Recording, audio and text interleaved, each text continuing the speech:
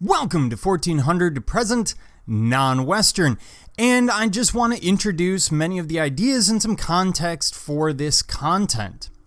Now, we've talked about the Silk Road, more specifically the last time I talked about history of interior design and non-Western in the medieval. But here I want to point something out. Of course, we're familiar with the Silk Road across Eurasia. What you're less familiar with, more than likely, are the spice routes, and these predate the age of exploration. We have materials coming in from the Spice Islands, from China, from the South Pacific. Most of it goes through India and then comes up either through the Persian Gulf to meet up with the Silk Road or through the Red Sea and across North Africa, and that's going to be rather important. These ancient overland routes through Africa will bring Africa into contact with Europe.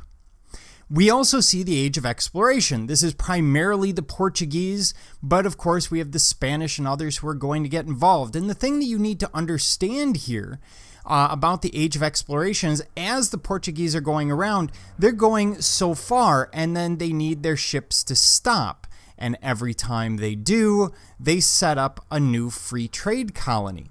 So we get a massive number of Portuguese free trade colonies, especially along the western shores of Africa. So, African trade, what are they getting out of this? Well, first of all, we have very ancient trade routes across Africa.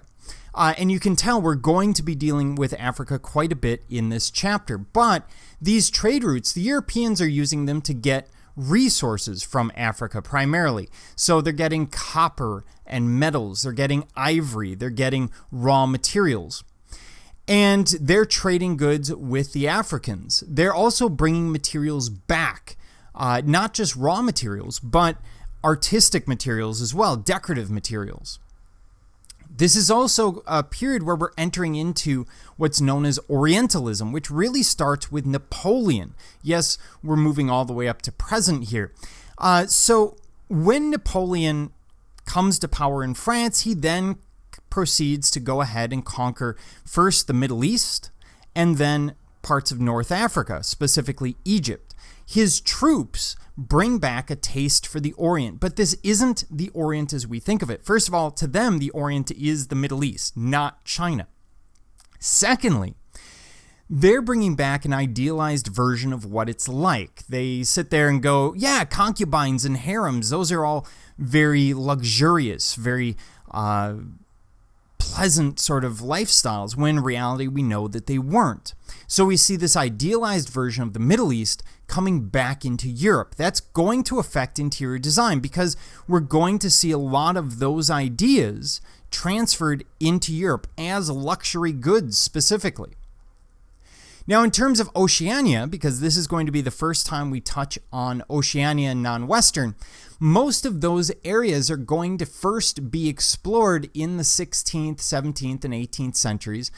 James Cook, of course, famously doing so, but we have others such as Magellan, etc., coming through and mapping some of these islands. As they do so, they're going to bring those ideas back. Again, sailors are really effective at bringing back trinkets and those things become very expensive and very sought after when they come back to Europe because they are rare. They are the sort of thing that you can't run down to your local 17th century Walmart and pick up, such as Tongan bark cloth or other materials. Now, China will also start to be colonized as we move into the 19th century. And they're going to be primarily colonized by the Europeans. They're constantly trying to cut up China and create what they're calling spheres of influence. In other words, they don't want to call them colonies, but they are colonies, but they aren't. They want free trade with China, and they don't want it overland anymore. So most of these are based on the coast. You'll also notice Japan gets involved and will colonize Korea as well as modern-day Taiwan during the period. So the Europeans are constantly trying to split up China. They see them as somehow subhuman. Of course, we know that that's not the case, but this is the way that they present it to their people. Now, Japan gets involved as well. Japan famously will be quote-unquote opened by Commodore Perry in the middle of the 19th century.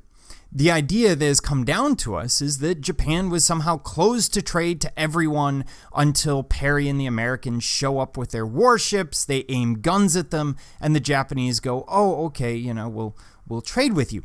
In reality, Japan had been open to trade with Korea and China, as we've seen throughout their history. They are not isolated. They were at the time primarily because they were watching all of this imperialism, all of this colonization going on around them, and they didn't want the Western powers getting involved in Japan.